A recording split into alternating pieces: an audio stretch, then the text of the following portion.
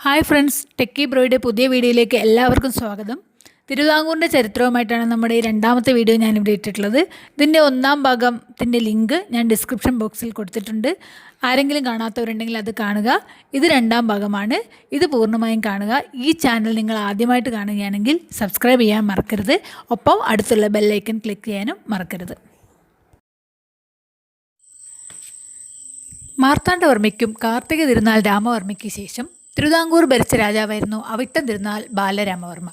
1798 മുതൽ 1810 വരെ തിരുവിതാംകൂർ ഭരിച്ചത് അവിട്ടം തിരുനാൾ ബാലരാമവർമ്മയായിരുന്നു. ഇദ്ദേഹം മാർത്താണ്ഡവർമ്മയും ധർമ്മരാജയെ അപേക്ഷിച്ച് കഴിവ് കുറഞ്ഞൊരു ഭരണാധികാരിയായിരുന്നു. അതുകൊണ്ട് തന്നെ അദ്ദേഹത്തിൻ്റെ കാലത്തുള്ള ഭരണപരിഷ്കാരങ്ങൾ പ്രധാനമായും അദ്ദേഹത്തിൻ്റെ പ്രധാനപ്പെട്ട മന്ത്രിമാരുടെ പേരുകളിലാണ് നമ്മൾ വായിച്ചെടുക്കുന്നത്. അദ്ദേഹത്തിൻ്റെ ദിവാനായിരുന്നു വേലുത്തമ്പി ദളവ. 1802 മാർച്ച് 15 വേലുത്തമ്പി ദളവ അദ്ദേഹത്തിന് ദിവാനായി നിയമിതനാകുന്നത്. തിരുവിതാംകൂറിൽ ഖജൂർ കച്ചേരി അഥവാ സഞ്ചരിക്കുന്ന കോടതികൾ ആരംഭിച്ചത് വേലുത്തമ്പി ദളവയുടെ കാലത്താണ്. വേലുത്തമ്പി ദളവ ജനിച്ചത് തലക്കുളത്താണ്. തലക്കുളം കന്യാകുമാരി ജില്ലയിലാണ്. വേലുത്തമ്പി ദളവയുടെ യഥാർത്ഥ പേര് ചെമ്പകരാമൻ എന്നായിരുന്നു. 1809 ജനുവരി 11 പ്രസിദ്ധമായ കുണ്ടർ വിളംബരം നടത്തുന്നത്. നമുക്കറിയാം, ബ്രിട്ടീഷ് ഗവൺമെൻറ്റിൻ്റെ നീതി വ്യവസ്ഥയ്ക്കെതിരെ തിരുവിതാംകൂറിലെ ആളുകളെ സംഘടിപ്പിച്ച് അദ്ദേഹം നടത്തിയ വിളംബരമാണ് കുണ്ടറ വിളംബരം എന്നറിയപ്പെടുന്നത്. 1809 ജനുവരി 11 പ്രസിദ്ധമായ കുണ്ടറ വിളംബരം നടത്തുന്നത്. 1809 മാർച്ച് 24 പത്തനംതിട്ട ജില്ലയിലെ മണ്ണടിയിൽ വെച്ച് അദ്ദേഹം ആത്മഹത്യ ചെയ്യുന്നു. ബ്രിട്ടീഷുകാർ അദ്ദേഹത്തിൻ്റെ ശവശരീരം കണ്ണമ്മൂലയിൽ വെച്ച് കഴിവേറ്റുകയാണ് ഉണ്ടായത്. വേലുത്തമ്പി ദളവയ്ക്ക് ശേഷം അവിട്ടം തിരുനാളിൻ്റെ ദളവയായി മാറുന്നത് ഉമ്മിണിത്തമ്പി ദളവയാണ്. ബാലരാമപുരം എന്ന പേരിൽ പ്രസിദ്ധമായ നെയ്ത്തുപട്ടണം സ്ഥാപിച്ചത് ഉമ്മിണിത്തമ്പി ദളവയാണ്. വിഴിഞ്ഞം തുറമുഖം നവീകരിച്ചത് ഉമ്മിണിത്തമ്പി ദളവയുടെ കാലത്താണ്. അദ്ദേഹത്തിൻ്റെ കാലത്ത് തിരുവിതാംകൂറിൽ ജയിലുകളിൽ സ്ഥാപിച്ചു. മറ്റൊരു പ്രധാനപ്പെട്ട കാരണം 1809 തിരുവിതാംകൂറിൽ കാവൽ സേന രൂപീകരിച്ചത് ഉമ്മിണിത്തമ്പിയാണ്. ഓർക്കുക, തിരുവിതാംകൂറിൽ കാവൽ സേന രൂപീകരിച്ചത് ഉമ്മിണിത്തമ്പിയാണ്. അവിട്ടം തിരുനാൾ ബാലരാമവർമ്മയ്ക്ക് ശേഷം അദ്ദേഹത്തിൻ്റെ അകാല മരണത്തെ തുടർന്ന് തിരുവിതാംകൂറിൻ്റെ ഭരണം ഏറ്റെടുക്കുന്നത് റാണി ഗൗരി ലക്ഷ്മിബായാണ്.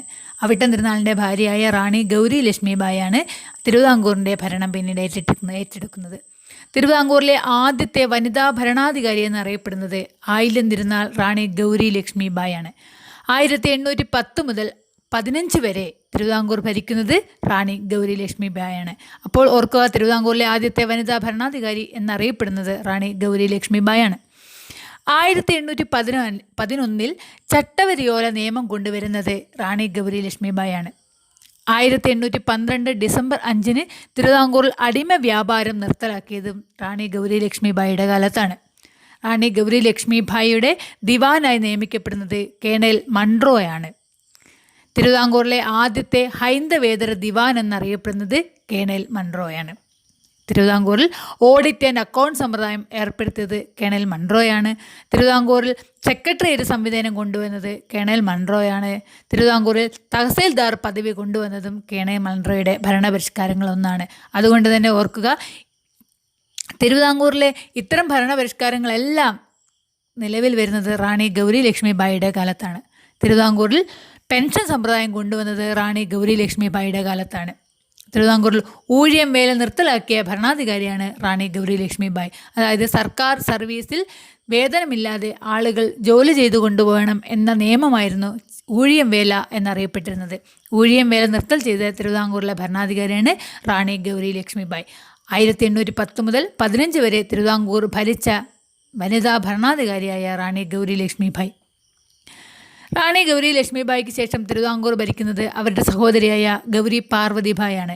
1815 മുതൽ 1829 വരെ തിരുവിതാംകൂർ ഭരിച്ച ഭരണാധികാരിയാണ് റാണി ഗൗരി പാർവതിബായി. തിരുവിതാംകൂറിലെ ആദ്യത്തെ റീജന്റ് ഭരണാധികാരി എന്നറിയപ്പെടുന്നത് റാണി ഗൗരി പാർവതിബായാണ്. സ്വാതി തിരുനാളിന് വേണ്ടി തിരുവിതാംകൂർ ഭരിക്കുന്നത് റാണി ഗൗരി പാർവതിബായാണ്. 1816 തിരുവിതാംകൂറിൽ ആദ്യമായി LMS ലണ്ടൻ മിഷൻ സൊസൈറ്റി ആരംഭിക്കുന്നത് റാണി ഗൗരി പാർവതിബായിയുടെ കാലത്താണ്. 1817 പ്രാഥമിക വിദ്യാഭ്യാസം നിർബന്ധമാക്കിക്കൊണ്ട് തിരുവിതാംകൂറിൽ നിയമം പുറപ്പെടുവിച്ചത് റാണി ഗൗരി പാർവതിഭായിയാണ്. തിരുവിതാംകൂറിൽ പെൺപള്ളിക്കൂടങ്ങൾ സ്ഥാപിക്കപ്പെടുന്നത് റാണി ഗൗരിഭായ് പാർവതിഭായിയുടെ കാലത്താണെന്ന് ഓർക്കുക. 1817 പ്രാഥമിക വിദ്യാഭ്യാസം നിർബന്ധമാക്കിക്കൊണ്ട് ഉത്തരവ് പുറപ്പെടുവിച്ച റാണി പാർവതിഭായ് ജാതിമത ഭേദമന്യേ വീടുകൾ ഓടുമേയാനും എല്ലാ ആളുകൾക്കും ആഭരണങ്ങൾ ധരിക്കാനുമുള്ള അവകാശം നൽകുന്നത് ഗൗരി പാർവതിഭായാണ്. തിരുവിതാംകൂറിൽ പുതിയ നാണയ സമ്പ്രദായം ആരംഭിക്കുന്നത് ഗൗരി പാർവതിഭായിയുടെ കാലത്താണ്. റാണി പാർവതിഭായിക്ക് ശേഷം തിരുവിതാംകൂർ ഭരിക്കുന്നത് സ്വാതി തിരുനാളാണ്. 1829 മുതൽ 1847 വരെ തിരുവിതാംകൂർ ഭരിച്ച രാജാവാണ് സ്വാതി തിരുനാൾ. തിരുവിതാംകൂറിൻ്റെ സുവർണ കാലഘട്ടം എന്നറിയപ്പെടുന്നത് സ്വാതി തിരുനാളിൻ്റെ കാലത്താണ്. തിരുവിതാംകൂർ സ്വാതി തിരുനാൾ അറിയപ്പെടുന്ന വിശേഷണങ്ങളാണ്: ഗർഭശ്രീമാൻ എന്നറിയപ്പെടുന്നത് സ്വാതി തിരുനാളാണ്. ദക്ഷിണ ഭോജൻ എന്നറിയപ്പെടുന്നത് സ്വാതി തിരുനാളാണ്.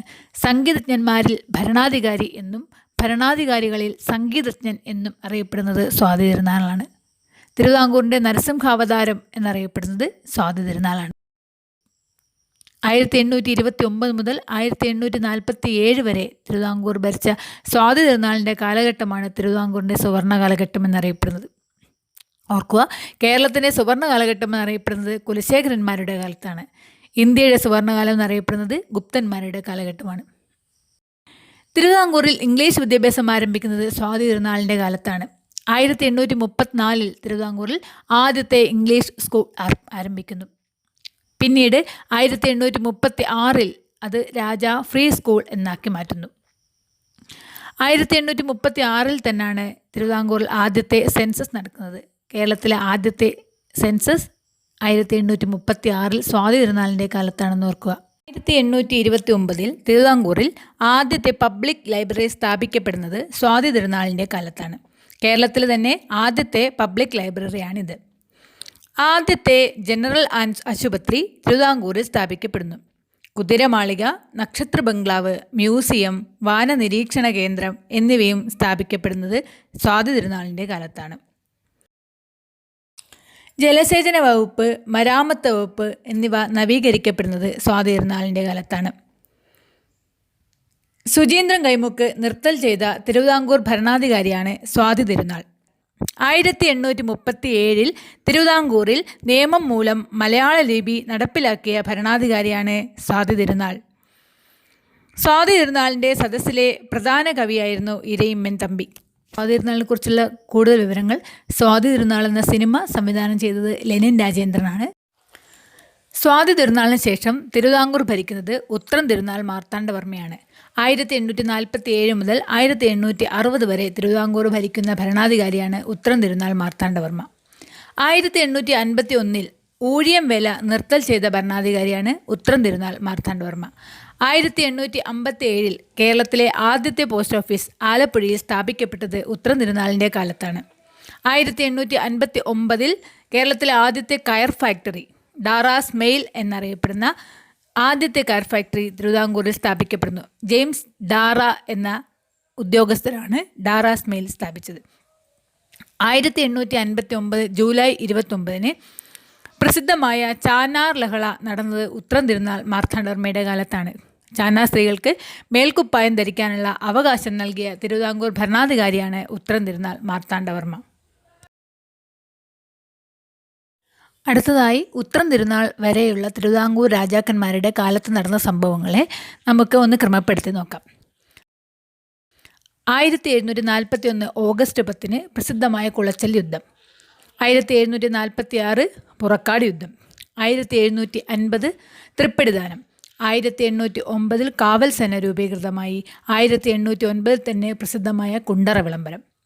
1811 ചട്ടവരിയോലകൾ നിയമം കൊണ്ടുവന്നു. 1812 തിരുവിതാംകൂറിൽ അടിമ വ്യാപാരം നിർത്തൽ ചെയ്തു. 1836 തിരുവിതാംകൂറിൽ ആദ്യത്തെ സെൻസസ്, കേരളത്തിലെ തന്നെ ആദ്യത്തെ സെൻസസ്. 1836 തന്നെ തിരുവിതാംകൂറിൽ രാജാസ് ഫ്രീ സ്കൂൾ. 1851 ഊഴിയം വേല നിർത്തലാക്കി. 1857 കേരളത്തിലെ ആദ്യത്തെ പോസ്റ്റ് ഓഫീസ് ആലപ്പുഴയിൽ രൂപീകരിക്കപ്പെട്ടു. 1859 തിരുവിതാംകൂറിൽ ആദ്യത്തെ കയർ ഫാക്ടറി ഡാറാസ് മെയിൽ സ്ഥാപിക്കപ്പെട്ടു. ചാന്നാർ ലഹള നടന്ന വർഷവും 1859 തന്നെയാണെന്ന് ഓർക്കുക. നിങ്ങൾക്ക് ഈ വീഡിയോ ഇഷ്ടമായെങ്കിൽ ലൈക്ക് ചെയ്യുക. ഒപ്പം ഞങ്ങളുടെ ചാനൽ സബ്സ്ക്രൈബ് ചെയ്യുക. ഞങ്ങളുടെ ചെയ്യുന്ന വീഡിയോസ് നിങ്ങൾക്ക് നോട്ടിഫിക്കേഷനായി വരാൻ തൊട്ടടുത്ത ബെൽ ഐക്കൺ അമർത്തുക.